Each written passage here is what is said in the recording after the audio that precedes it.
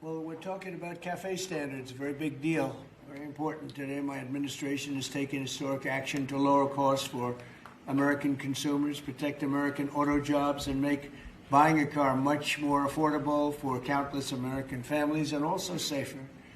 We're officially terminating Joe Biden's ridiculously burdensome, horrible, actually, CAFE standards that imposed expensive restrictions and all sorts of problems, gave all sorts of problems to automakers. And we're not only talking about here, we're talking about outside of our country, because nobody could do it. Nobody wanted to do it, and it was ridiculous, very expensive. It put tremendous upward pressure on car prices. Combined with the insane electric vehicle mandate, Biden's burdensome regulations helped cause the price of cars to soar more than 25%. And in one case, they went up 18% in 1 year. Today, we're taking one more step to kill the Green New scam. It's part of the greatest scam, probably, well, other than Russia, and a few others I could name. The greatest scam in American history, the Green New scam. And it's a quest to end the gasoline-powered car. This is what they wanted to do, even though we have more gasoline than any other country by far. And people want the gasoline car. They want everything. They want electric. They want to have lots of alternatives, but they do want the gasoline car. Right now, it's leading away by a lot. The car business is a very interesting business, but we want to keep it that way. Here to discuss is Paul Fix, an automotive analyst for Car Coach Reports. So, Paul, thank you for joining us here today. A lot of smiles in that event, high spirits as well. Seems people are happy about what President Trump is doing. Can you just talk to us about the standards that were set under the Biden administration? Numbers like 50 miles per gallon, 62 miles per gallon were raised during that event. How feasible is that?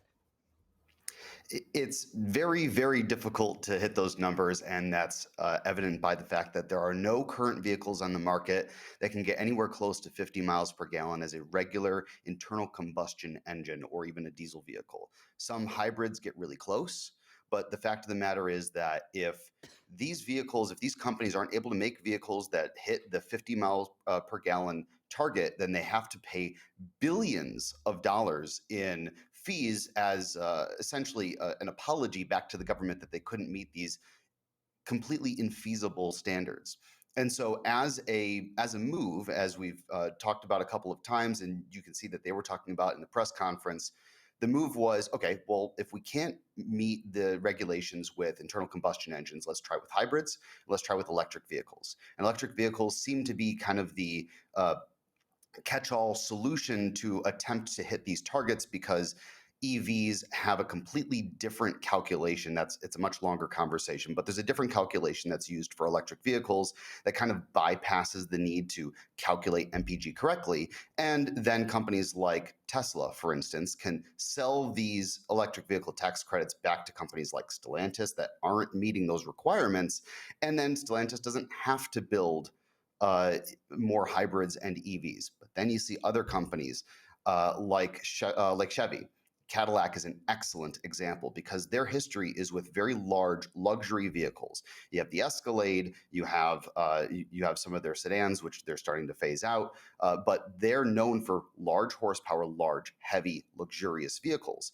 And their solution to that was to start to build electric versions of almost everything that they make, and the sales just aren't there to prove it. So there's this push and pull of these manufacturers trying to meet these infeasible targets and then investing billions and billions of dollars in brand new technology to attempt to get back some of their investment and also meet these regulations. By removing some of these regulations and especially removing the fees that are associated with them, which Trump already did with the big, beautiful bill that passed earlier this year, that allows these manufacturers to be more flexible, and it also potentially could reduce the price of cars that you see on the dealer lot. So, Paul, with this announcement, with what the Trump administration is doing, rolling back these fuel efficiency standards that were enacted under the Biden administration, how much will it translate to savings at the dealership? So we currently have estimates that cars increased in price just from these requirements about $1,000 to $3,000. But there's also a lot of other things to take into account as to why your car value, the value of a brand new car is increased, because the cost of a new car on average as of September is $50,000, which is up dramatically from previous years. And while it's fluctuated here and there, and tariffs definitely have something to do with it, access to materials have something to do with it, but also there's a lot of new safety standards that are mandated for cars. There's a lot of new expensive technology when it comes to hybrid integrations, which dramatically increase the price. And then you have safety standards and, as I was mentioning, better crash safety, higher quality materials, the new gigantic screens that are in a lot of different cars. All of this adds to the cost. And if, at least on the side of emissions, which is usually one of the most expensive of these components I've just mentioned, um, if they're able to roll back some of these requirements to allow the OEMs to develop the technology at their own pace, obviously everybody wants to make a car that has good MPG. Nobody wants to buy a car that gets 10 MPG. I have a truck that gets 13. It's not fun, but I use it for hauling things, and that makes sense for me. And if I can't buy that car as of 2030 because of these requirements, then it makes no sense for any of these manufacturers to sell them. And then I'm out of a vehicle. Let's say that my vehicle bites the dust. I got to get a new vehicle. Well, then I can't buy a new vehicle that meets my requirements. The electric trucks do not do the same things as the current diesel and ICE trucks. It's not there. And so by allowing these OEMs to develop the cars as they need to that meet the requirements of their customers, not the requirements of the government, that means that hopefully some of these costs will come down, and a lot of this R&D that we've seen that's gone into making cars more efficient could actually bear some fruit in a way that doesn't then saddle them with billions of dollars in fees. A great example is Stellantis had to pay $13 billion last year. Oh, I'm sorry. They did have to pay billions of dollars uh, to the government for not meeting their standards. And now hopefully they can take that money that they would pay in fees and invest them back into manufacturing. And you heard all of the different representatives from the big three, which, although Stellantis is based out of Belgium now, we still consider them one of the big three. They're all investing billions of dollars here in the US, and that's a much better investment for the American economy. And you can see that the UAW and SEMA and many other corporate groups of people are supporting this move, because all that means that we are going to have better access to cars, more choice when it comes to what we want to buy, and hopefully, like he was saying, jobs are going to come back here. They're going to pull them out of spreading them all away from the U.S. and maybe having a better mix. That all of these things could decrease costs for us as the consumer, because at the end of the day, that's really what this is all about. Okay, Paul, this is the concern I have, and you tell me if it's a legitimate concern. You said your truck gets 13 mpg, or miles per gallon. Yes. Does this new move incentivize companies to make cars less efficient? Is this going to raise fuel costs in the long term?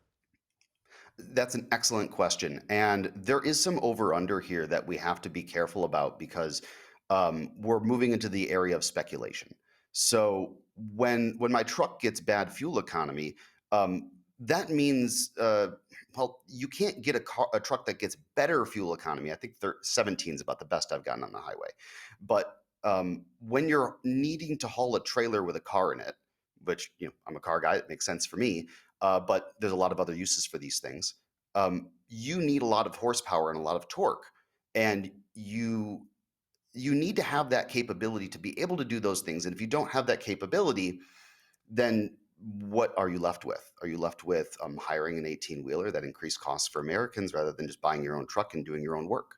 So, like I said, there's a lot of over/under. So let's say that MPG does go down because, oh well, we don't need to make more efficient cars. I think that would affect the purchase rate of a lot of vehicles, because consumers want to save money at the pump. So they would prefer to buy a car that gets better MPG. And you can see that with a lot of the Japanese car companies, especially Honda, who gets very good fuel economy on a lot of their cars. They actually have some of the best in the industry. So if a lot of these companies start to make cars with lower MPG, I think that they're going to see a dramatic drop in their sales.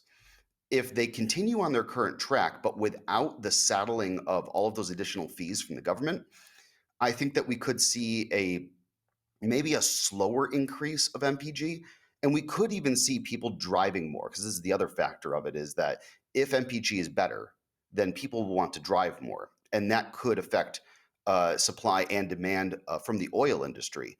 And that could mean more drilling. It could mean a lack of supply, which could mean higher prices. There's a lot of ways that this could go here, but at the end of the day, if the cost of the vehicle can go down and the technology can kind of stay where it is or get better, I think all of this comes out to a net positive. Well, all right, Paul, really appreciate you talking to us today. Terrific insight. Thank you very much.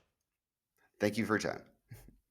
If you like this video, give it a like and subscribe for more videos like this, and check out our car review channel, Car Smarts. You can support me by buying me a cup of coffee, and if you want even more content, check out the links in the description. I'm Lauren Fix. Thank you so much for watching.